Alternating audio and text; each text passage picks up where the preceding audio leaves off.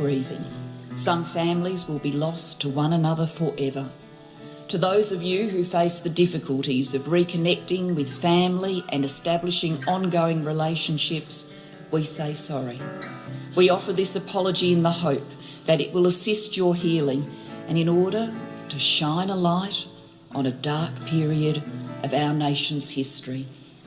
To those who have fought for the truth to be heard, we hear you now.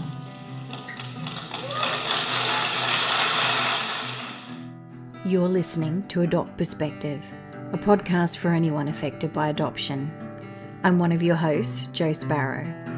This podcast is a production of Jigsaw Queensland Post-Adoption Support Service. However, the views expressed are those of the people participating, not necessarily Jigsaw Queensland. The podcast discusses adult themes and listener discretion is advised. It's Jane here, Jo's co-host for the Adopt Perspective podcast. Today's episode is a follow-up to the discussion that Jo recently had with Sue Bond in relation to Sue's experience of not finding out until she was an adult that she had been adopted as a child. Today, we will be interviewing Dr. Helen Riley to further explore what is known about the impacts of this experience, which has been termed late discovery adoption. Helen also has a lived experience of late discovery adoption and completed a PhD on the topic in 2012. In fact, Jigsaw Queensland's president, Dr. Trevor Jordan, was one of Helen's supervisors when she completed this research. This was in his previous role as an academic in the Applied Ethics School at the Queensland University of Technology. We may hear some further commentary from Trevor on this topic a little later in the podcast series. Hi, Helen. Thanks so much. Hello. Thank you for joining us to discuss this important topic. Before we discuss your research, I wondered if you would mind sharing briefly a little bit about what led you to this PhD topic. Oh, thanks, Jane, and thanks for inviting me to participate in this podcast series.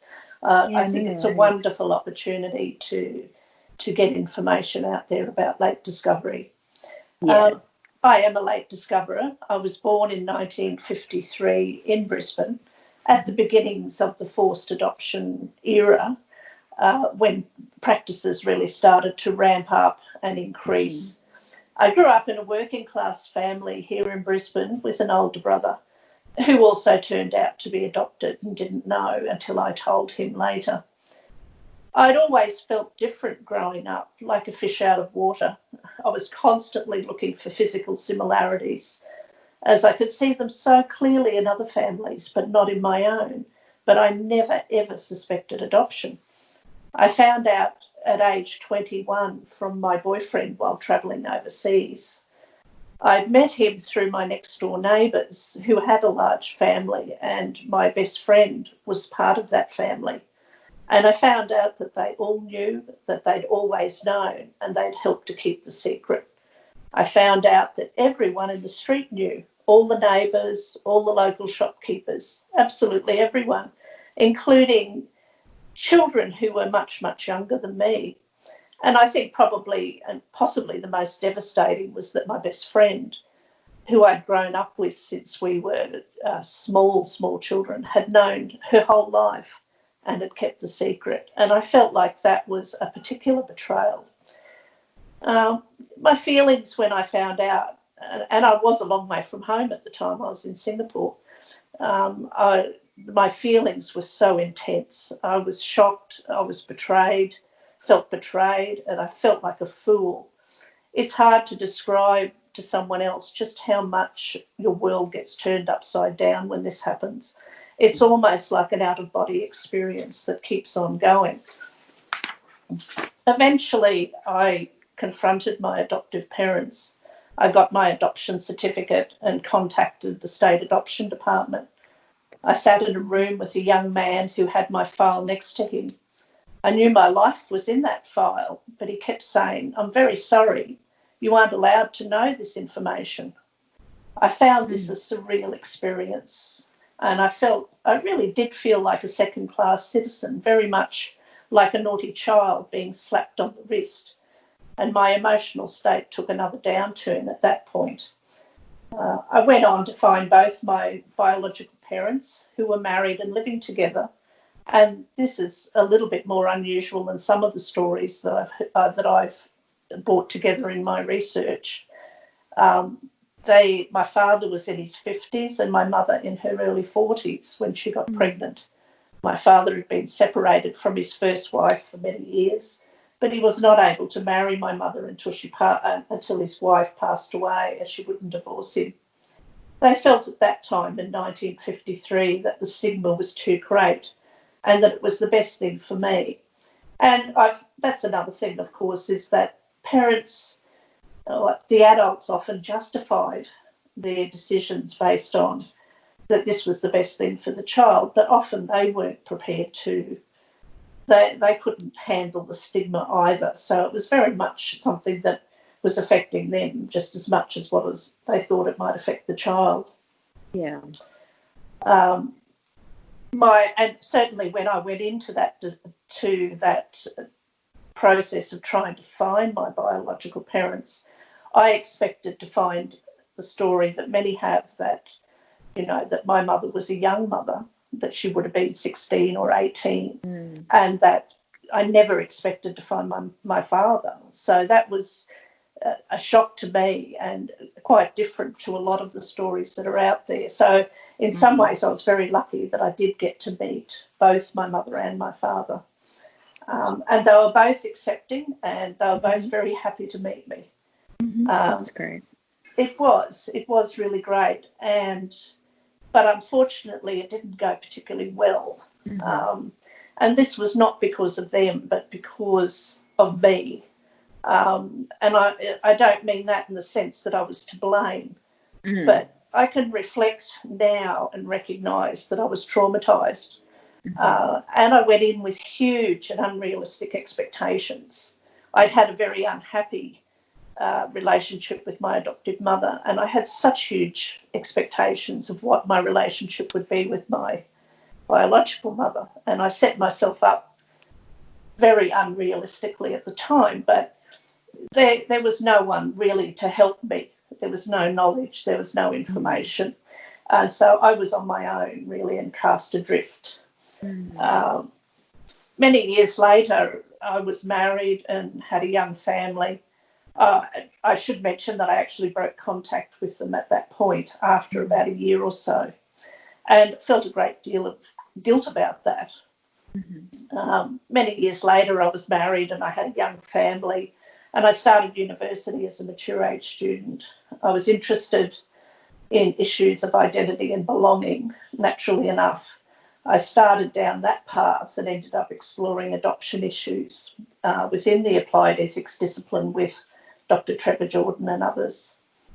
And interestingly, at that time, I had another adoptee who was specialising in adoption therapy tell me that, in her opinion, there was no difference between the identity issues felt by those who'd always known they were adopted and those who had found out as adults. And I was perhaps understandably upset by this. I felt dismissed, as if my pain had been dismissed in many ways. And it made me even more determined to understand what the identity issues were that occurred in late discovery, and why I believed it was a qualitatively more difficult and indeed a more traumatic experience for those involved. Yeah. And it was clear to me then that there was a lot of knowledge to be gained in this area, as there was so little available that had been written on the subject. So I felt very, very motivated to continue down that path. Both for myself, I wanted to understand what I had experienced, but I also wanted to use that understanding to help other late discoverers. That's really great to hear, that you sort of took your own experience and then decided, no, I want to do something with this that might help other people and might help yourself to understand and to, I guess, validate that experience, because it is hard when people around you are saying, no, that's not an issue or not as big of an issue as you feel. So Well, that's right, because you're being, dismissed. You're not being validated. You're having your emotions there, and there's absolutely no one out there. Other adoptees understand to a point, but unless you've been through the experience of late discovery, if you've been through the experience of having your whole world, basically the carpet ripped out from underneath you, there was just so little information out there at that time. There was one study from, I think, from PARC in New South Wales, Post-Adoption Resource Centre. They had put out a small study, and that was really the only thing in the whole world that was available on this issue. Yeah. So I clung to that.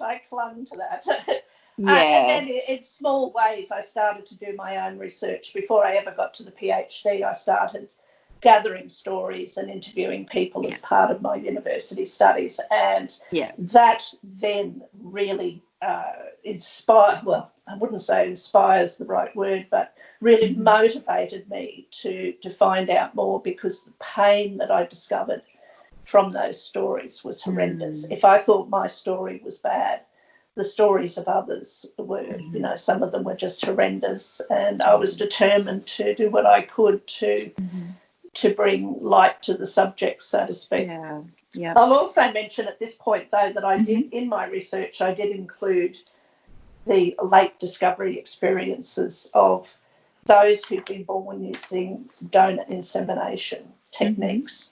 And while I can't and don't want to go into that now, there are strong links between the late discovery experiences of adoptees and those born through donor insemination practices. So, if anyone is interested in that link or in those, they can always look at my research to find that information. Yep, and we can possibly put a link or put something up that can help direct people to that. Well, that would be great, yeah. That would be really good. Yeah, and I mean, I guess this links into, the next thing I was going to ask you, because we've heard in the previous episode a little bit about Sue's experience of finding out she was adopted, and that happened in the middle of a family disagreement. And you've just mentioned that you found out through your boyfriend, who in fact knew, and your best friend who knew more about your own history for many years than you did. And so I'm wondering what other themes you have heard over the years about people's stories and how they found out. Yeah, well, that was one thing. One of the major themes of my research was trying to draw the links between late discoverers. How much did they have in common? And in my research, I came up with three major themes. The first one was, and which is quite common, is something happens within the family that forces their hand. I've titled this, they were told begrudgingly or reluctantly, because events in the family were going to force their hand. In one case, there was a legal dispute of some kind in which a lot of dirty laundry was going to come out. Sorry, I'm getting a bit of a croaky voice here. That's all right. In another situation, I just got a little bit confused there. That's all right. No, it's all right. I just went round in circles a bit in my head. So sorry about that. That's okay. Yeah, and this is where sometimes just things happen in families where the secret comes out for one reason or another.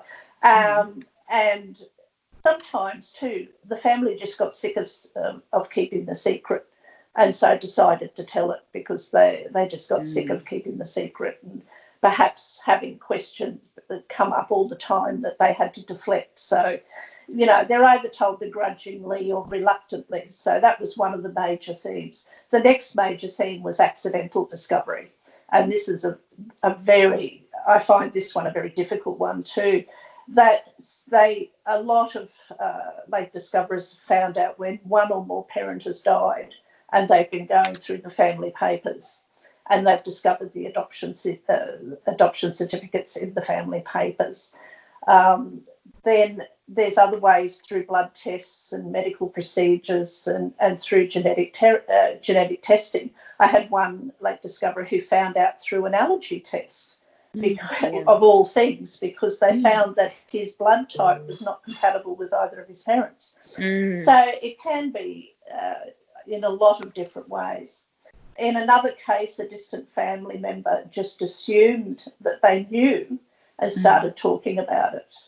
And in another case, a late discoverer sent out requests to family members looking for genealogical history information, as his father wouldn't help him. He got an email reply from a distant relative who he had never met, who said, "Oh, don't you know you're adopted?" Oh, dear. So he later found out, and as he put it, he found out that everyone knew, even those he had never met. And he said even the mistresses in that family knew. And this all compounds this sense of feeling that you've been made a fool of, and that just compounds that sense of being out of control. The most difficult of all of the themes, I think, was the insensitive or deliberately hurtful telling. They've been told at funerals by insensitive relatives who just blurted it out, literally over the coffin, or deliberately told to hurt them so that the relatives can break connections. And I find this so upsetting. Some were told that they had never, that some relatives told them that they'd never accepted the fact that there was an adopted child in the family. And now that the parents were gone, they could finally break the connection. And they did this at the funeral. So, not only have you been through this process, but then you also have this this traumatic events happening afterwards. In another case, a late discoverer's husband told her out of spite after the marriage ended. I've had several stories where the late discoverer's husband had been told by the parents when they married, and then that husband has then continued to keep the secret for up to 20 years into the marriage. And then for some reason or other this secret has come out, and they find out that the husband has known this information about them and kept it a secret from them. And this is just the person, one of the persons I spoke to who had this happen to them was just absolutely devastated. And it was just so hard to understand how people can do this to someone they're supposed to love and be in a relationship with. It's bad enough that the parents have asked them to do that, but then for the husband to go along with that and keep the secret, it just compounds the lies and that sense of betrayal and the sense of being made a fool of. That makes sense. So the secret is revealed in many, many different ways. One thing I think it's really important to note is that while all the late discoverers were incredibly shocked, almost all said that once they knew, it made sense, that they'd often felt something wasn't quite right, but that they had internalised those feelings as there was no openness for this type of discussion in the family. So there were always things, everyone always says, there was always just that little niggly feeling in the back of my mind that there was just something, but I couldn't put my finger on it. But none of them, absolutely none of them ever suspected adoption. Wow. That makes a lot of sense, Helen. People don't expect their parents or their loved ones to lie to them. Well, that's right. And when these things happen, the adopted person, the late discoverer, internalises those feelings. It makes them about them, that there must be something wrong with them because they have no way of exploring those feelings because there's no open communication. And that's what secrets do in families. They squash open communication. For some, this meant that they thought there must be something wrong with them, something that was different and therefore less acceptable about them.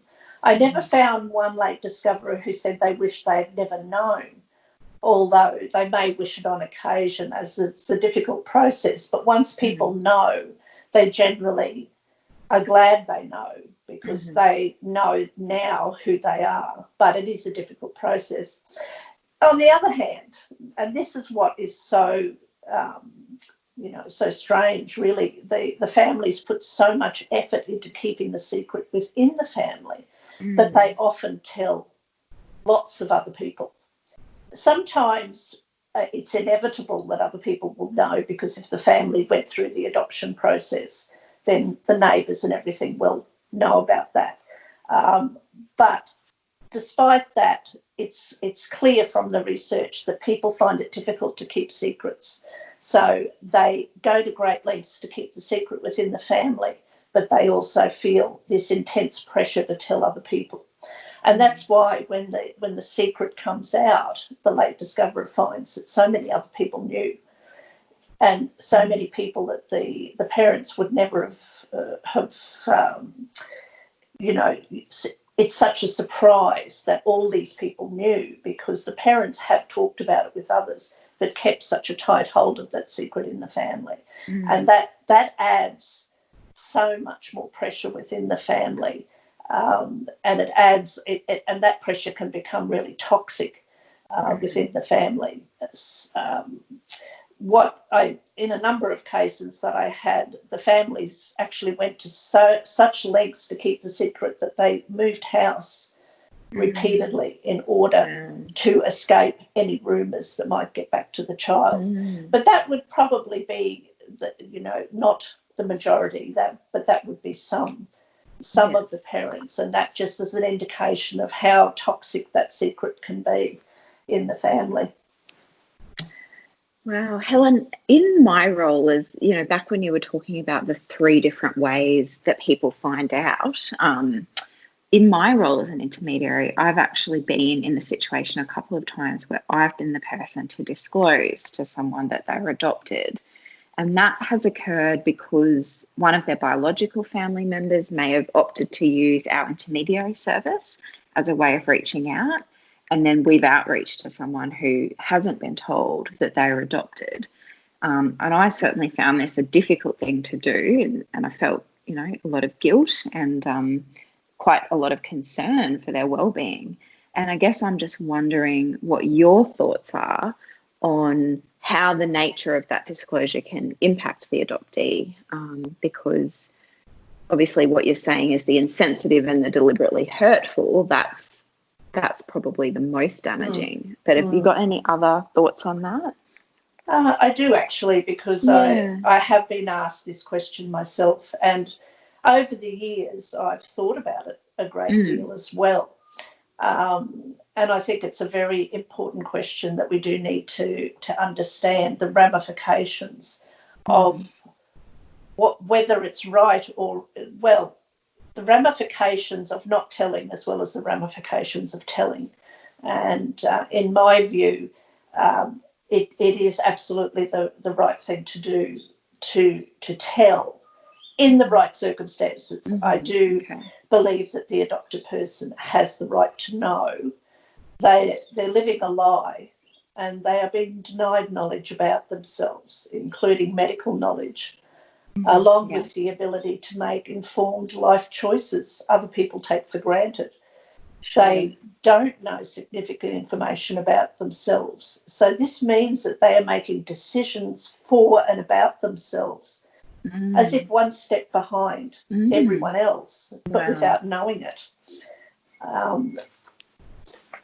And nonetheless, it is important that it is done in the right way, with empathy, understanding and support. I believe someone such as yourself is in a much better position to relay this information, as you have insight, knowledge of resources and empathy for the late discoverer. I also believe that the chances of that person finding out anyway at some time in their life is high. The research evidence shows this, and people are finding out later and later in life now, in their 60s, their 70s, and even in their 80s. So I believe you're fulfilling an important role And it will be a worse experience for that person if they find out without that type of understanding and support being available. But nonetheless, I do understand how difficult an experience it must be. I had to tell my brother and he didn't know. And I certainly was not at that time in a position to understand what was going on. And I feel like I did that badly myself, even though I was a late discoverer. And I've always felt badly about the fact that I didn't do that. So I think it is a very difficult thing, but I think the more understanding and support that is brought to that person at that time is very critical, and the chances that they're going to find out anyway are very high. That makes sense, Helen, because I was also going to ask exactly that in your experience, because we might have someone listening to this that knows somebody who's adopted that they suspect doesn't know of their adoptive status. And so I guess that's a really important question is, in your experience, is there anything that might soften the blow? It sounds like what you're saying is to have some support is very important. Yes, and I think that is probably the most important thing. And if I can, I'll answer this question in two parts, because I feel like it's really important to understand first the type of reactions that people have and why they have those reactions, in order to understand what is necessary in order to help them through that experience. So, and I'll look at the reactions that came out of my research, and I'll just put in here that I gathered news stories for my research, but I also looked at all existing stories that were available at the time. So I had a wide range of stories to look at, and I was looking at their reactions to see the commonalities between those reactions. So, and there were strong commonalities across all the stories. None of the late discoverers I engaged with had any support following disclosure, none at all. Wow. It had taken them many years to find answers and help, and they were so relieved to participate in my research for the ones that I gathered stories, as it meant someone actually wanted to hear their stories and listen to their experiences, and they'd never had that before. And after the initial shock, they described what a wonderful relief it was to know, or that it made sense of a lot of things that had happened in the past. The common feelings included being shocked, resentful, confused and alone. Some had breakdowns immediately after or many years later. Some tried to act normal while feeling totally out of control. And I'm just taking little snippets and excerpts from their actual wording here. Yeah. Some felt that they may been made a fool of, and they became numb, crying, screaming. Many felt a deep sense of loss and grief. Others felt a primal and unrelenting force propelling them to search, which they found inescapable and undeniable. Many were worried about medical history, as theirs was a total lie. And this is something that we don't think about so much, one mourned a loss of culture, as they discovered they'd had significant Indigenous heritage, although they looked white. And this, of course, links to Indigenous stolen generation stories. Yes, yeah. So we don't think about that loss of culture, and I have spoken to others who grew up thinking they were, in one case, Southern Italian, and then found out they're actually Northern Italian. Yeah. And within that community, that was a big difference. Sure. That there were big, significant cultural differences there. And so they felt like they'd had their culture stolen from them. I grew up in a Scottish family and then found I had no Scottish heritage, even though I had this incredible feeling of link to Scotland. Wow. And then I didn't know whether I was allowed to have that feeling or not. It's hard to describe, but you feel like you're part of something, but you don't have the right to be part of that something. So it's a strange feeling. So these responses can lead me to answer the second part of the question, That while I certainly believe secrets are toxic and the person who is the secret should know, I don't believe anyone should take the step to disclose this information unless they are prepared to take action to provide the support that the late discoverer will need. I've spoken to and read submissions by too many late discoverers who have been left floundering after discovery with no information and no support. This compounds the trauma that they've experienced in finding out.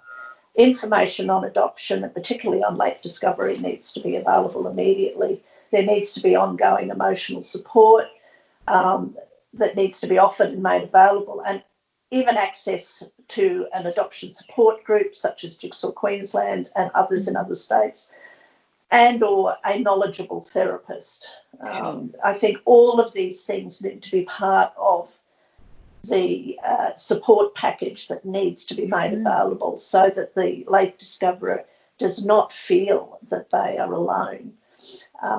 This information can take such a long time to process and can go through many stages. Stages like grief, and when those over time, if those feelings are not validated and no support is given, this trauma can turn into post-traumatic stress disorder. So it's very important that the late discoverer is supported.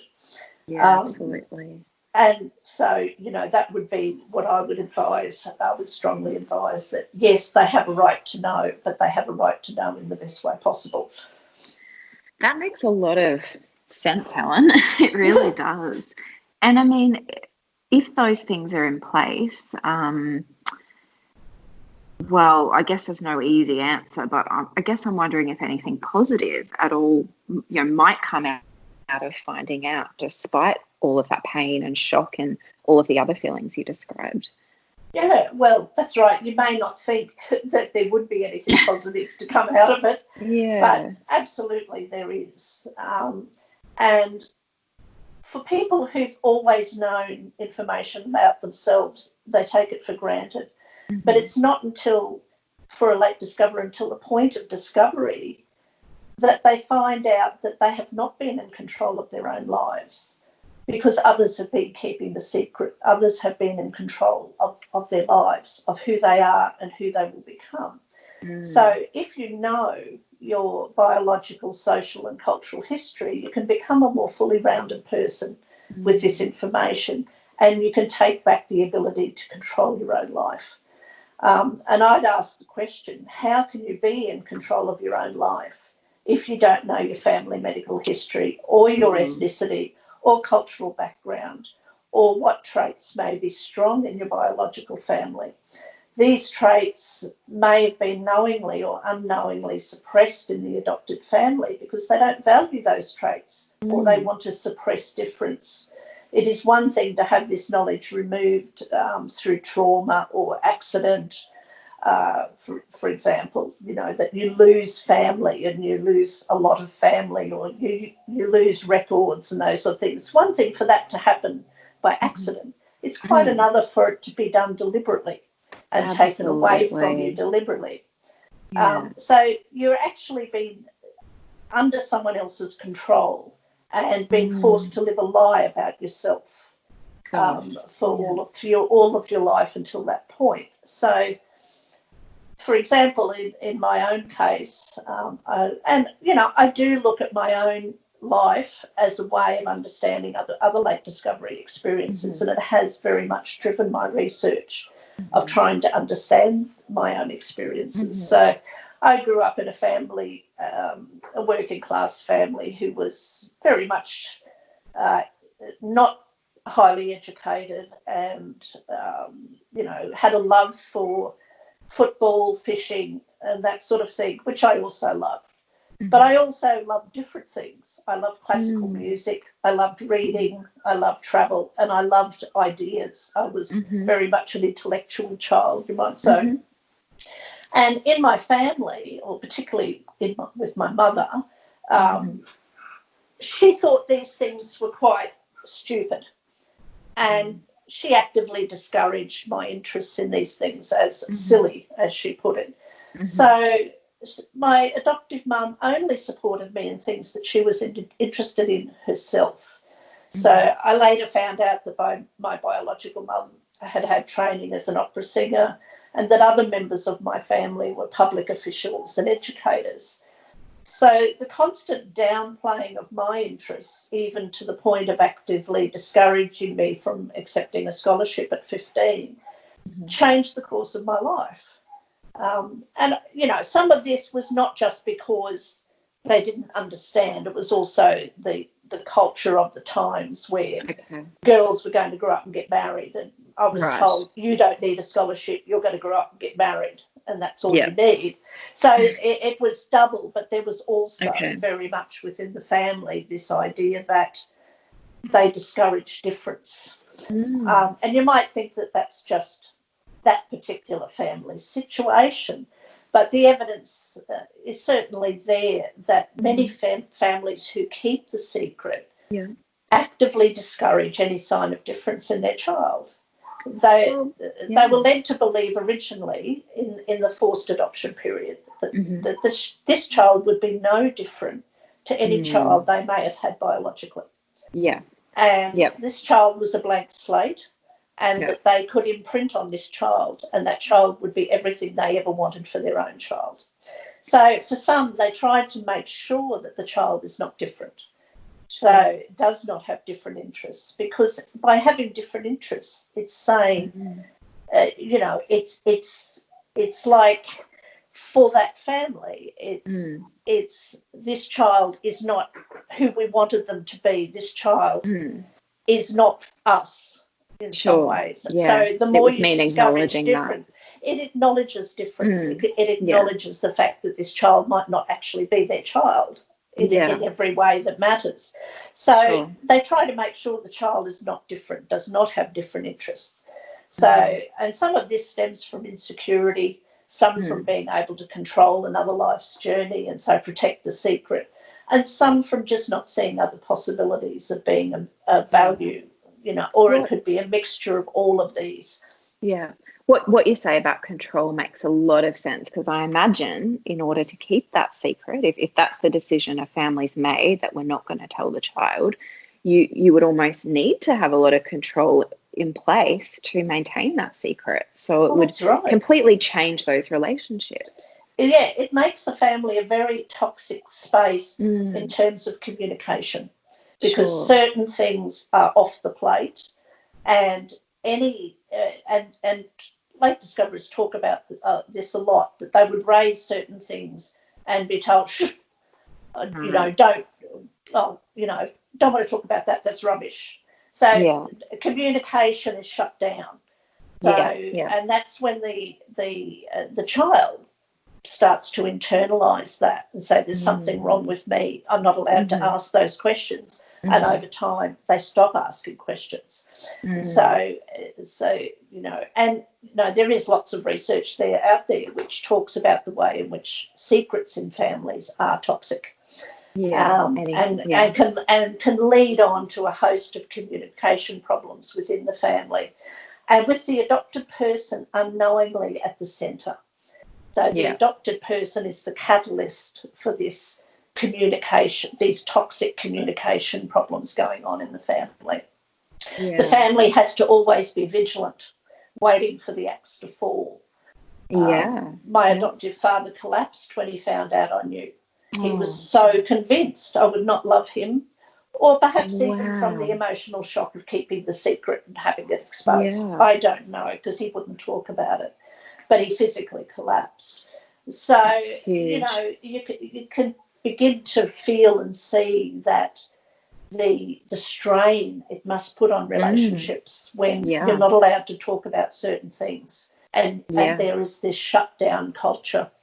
The other thing that I strongly believe is important when you find out, or even before you find out, one of the things that is so critical in families is the for the child never being around people who reflect themselves.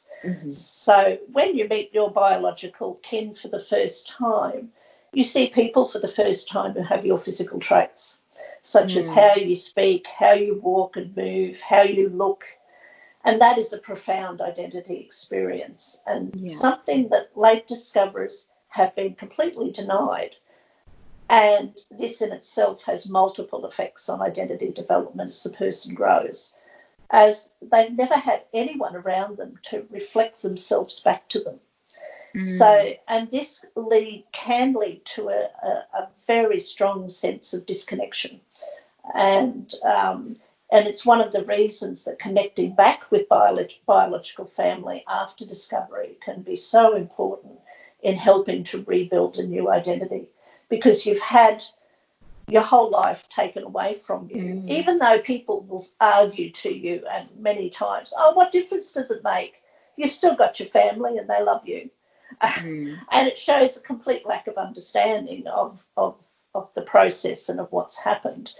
But once you've had that rug pulled out from under you, finding biological family can help to rebuild connections, and it's really important for that. And to rebuild a new identity, because you've had your identity cracked, and you no longer know who you are, really. So you have to rebuild a whole new identity. So having this connection and this reflection of your physical and psychological self back to you is part of helping you to accept what's happened, and is part of the healing process. And so, of course, No, go ahead. I was going to say that, and this is why it's so important then, or so terrible for late discoverers, where they may be rejected by some or all of their biological family, or they've passed away. And this is a bigger problem now, as late discoverers are finding out later in life that their parents or their mother or what have you has passed away already, or the information that these people cannot be located or whatever. And that's another layer of trauma that's added on to the experience for them.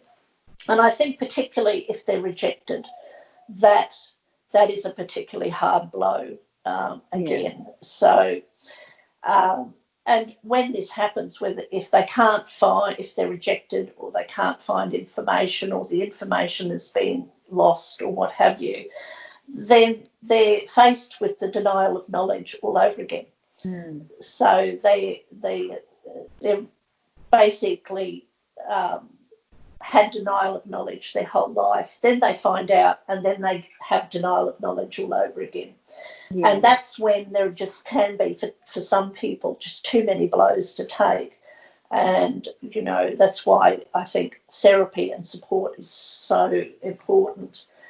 And the other thing too, which I think is important, is that sometimes when you do have a successful reunion, or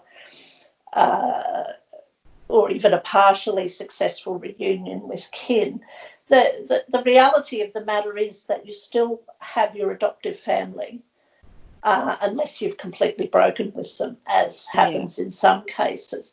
So you're trying to deal with a new biological family all of whom may or may not be supportive.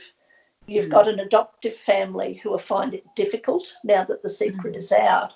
And here are you as this person in the middle trying to juggle all these different elements, and trying to build connections with a new family while trying to heal connections with the adoptive family. And for most people, one family is more than enough to deal with.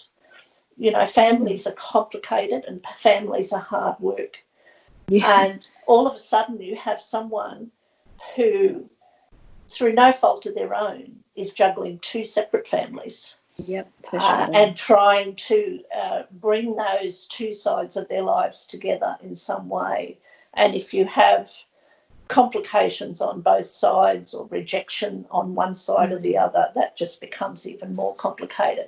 And I think it's very difficult, and I think it's a very hard thing to do, to ask, which it happens, is that late discoverers have to deal with both of those sides and try and pull all those things together. And it's hard work, and it can be too much for a lot of people, and relationships get broken, and so it can be, it can be an incredibly difficult experience. I'm not saying it's not rewarding and it's not worthwhile, but I'm just pointing out that, these are some of the difficulties that late discoverers have to deal with, that perhaps that adopted people who've always known don't have to deal with in the same traumatic fashion. So having therapy is support groups and therapy available is very important.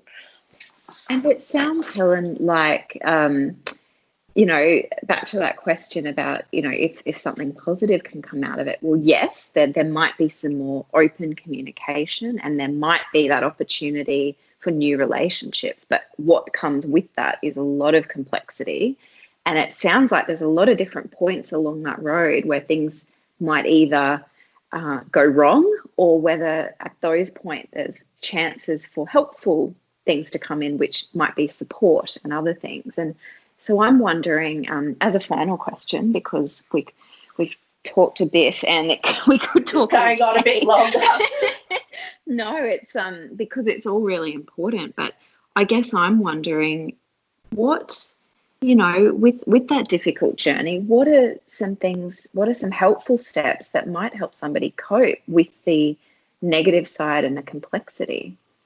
Yeah, that's a very important question, because we do need to know what is the best way to go forward to help late discoverers, and for late discoverers to help themselves, which is more important perhaps because they need to be in control and they need to be helped to be in control. So they need, from my research within the applied ethics area, there were I came to the conclusion there needed to be three main areas of support, or three main areas of work needed to promote the deepest possible healing, so that late discoverers can move forward with their lives and deal with the complexity of what's happening with their lives. So, and these three things are linked together, of course, and they affect identity, relationships, and values, and they're the three main areas. And it involves everything about who you thought you were, who you were in relationship to others, and who you will be in relationship to others after, and where you fit in society and culture. It's not just an individual experience with individual psychological harms coming out of it. The effects are much more widespread, and therefore the healing must encompass a much larger canvas. That's not to say that individual psychological harms don't occur, because they do. What I'm saying is that it's not just about individual harms. It's not just about the individual experience. It's about a much wider framework than that. And the first thing that needs to happen, I call these three areas voice, validation, and vindication. And the first area, voice, is where we must allow late discoverers to express themselves. When they need to discuss their feelings, they need to express their feelings of betrayal, anger and resentment, their grief and sense of aloneness.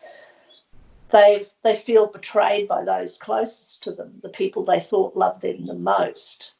So the sense of betrayal is enormous. So how can they express themselves? Sure. So they can do this through talking to sympathetic others, engaging in support groups, writing stories, engaging in therapy. Even if someone found out many years ago and they haven't been given the opportunity to talk to others, just by opening up and being listened to, by being able to talk about their experiences, they can begin to heal. Being able to speak honestly with their adoptive family is probably the most critical feature initially, but in many, many cases that doesn't go well. So that the feeling of alienation and aloneness continues to grow until they do find some area, some place and some people who will listen to them. The second area is that follows on from voice is validation, and this is the flip side of voice. That is that others must listen to them and try and understand what the feelings are, to not dismiss or disregard the feelings and opinions being expressed, and to facilitate avenues for late discoverers to be heard and validated. That is why can be so devastating for a late discoverer to be rejected by their adoptive family after the secret is out, and then sometimes also by their biological family. Some late discoverers are unable to make contact with their biological family for many reasons. So, getting validation may not come from family, but they need to get it from somewhere. Yes. And if they can get it from the people closest to them, well, obviously that is the best initially. Yeah, that makes sense. Yeah. The third area is vindication. And this is, so we're talking voice, validation, vindication. Now, vindication is a much less widely recognised element of healing because it deals with recognition from government through changes to laws and social service practices, through acknowledgement that what occurred was wrong and should not occur again, and that those affected should be helped through recognition of the wrong done and through changes to law and policy. Many late discoverers feel betrayed by the instruments of government who changed birth certificate and kept the secret, legally kept the secret from them. They also, in some cases, have felt betrayed by their churches, where ministers and priests knew but didn't tell them, and supported their parents in keeping the secret. So there are many bodies out there in society who have been part of keeping the secret. It's not just been the individual and the family. And so vindication involves having that recognised at a higher level and having laws changed and having it recognised. And this is where the forced adoption apologies are very important for a lot of people, because it is the government coming out and saying, we got it wrong and we shouldn't do it again, and we're going to help you to heal by giving more funding and that sort of thing. So, vindication is a very powerful tool. It also, on a less probably obvious level, it makes the issue much more broadly discussed, so that late discoveries who maybe have not been in contact with anyone who can help them for some reason, it gets discussed in the public sphere. Well, and that's very true. All of a sudden they say, oh, I'm not the only one out there. Yes. So it has a much, and if it's only kept within families and small scale social circles, there are plenty of people out there who don't have the ability to meet or to reach out, and having public apologies, having these things done on a much broader level, brings them into the fold, so to speak. Yeah, absolutely. That makes a lot of sense with vindication, because if we just look at things on a personal level and personal support and personal healing, which is very important, but if we don't look at what needs to change at a systemic level, then we're not really solving anything or changing anything. No. It remains all about individual harms rather than the fact that this is a social problem. And it should be dealt with in a social way. Sure. Yeah, it makes sense. Or a systemic way, if you want to put it that way. Yeah, well, look, thank you so much for your time today, Helen. I think a lot of people are going to benefit from hearing about this topic, not just late discovery adoptees, but everyone involved in adoption, other adoptees and parents that, might come to understand this experience a little bit better. So thank you so much. Well, thank you so much for listening to me, and I hope that I haven't, gone on too long. And no. So, thank you so much for giving me the opportunity. Obviously, this is a very important issue to me, and I'm grateful for any opportunity to help others there to understand the issues involved. to share and again to validate, which is Yes. part of what you were talking about, wasn't it? Absolutely, yes, Yeah, that's right. So thank you, Helen. Okay, thanks, Jane. Thanks for listening to the Adopt Perspective podcast. If you'd like to find out more, go to the podcast page on www.jigsawqueensland.com and you'll find a wealth of information and resources on the website. If you reside in Queensland, you can reach Jigsaw Queensland's Forced Adoption Support Service on toll-free 1800 210313, or you can call Jigsaw on 07 33 58 6666. If you live in another state of Australia, you can still call the Forced Adoption Support Service number and your call will be answered by the Forced Adoption Support Service in the state that you are calling from. In every other state, Relationships Australia operates this service. A big thank you to Matt Sparrow for composing and recording our original theme music. Until next time, I'm Jo Sparrow saying farewell from Adopt Perspective, a podcast for anyone affected by adoption.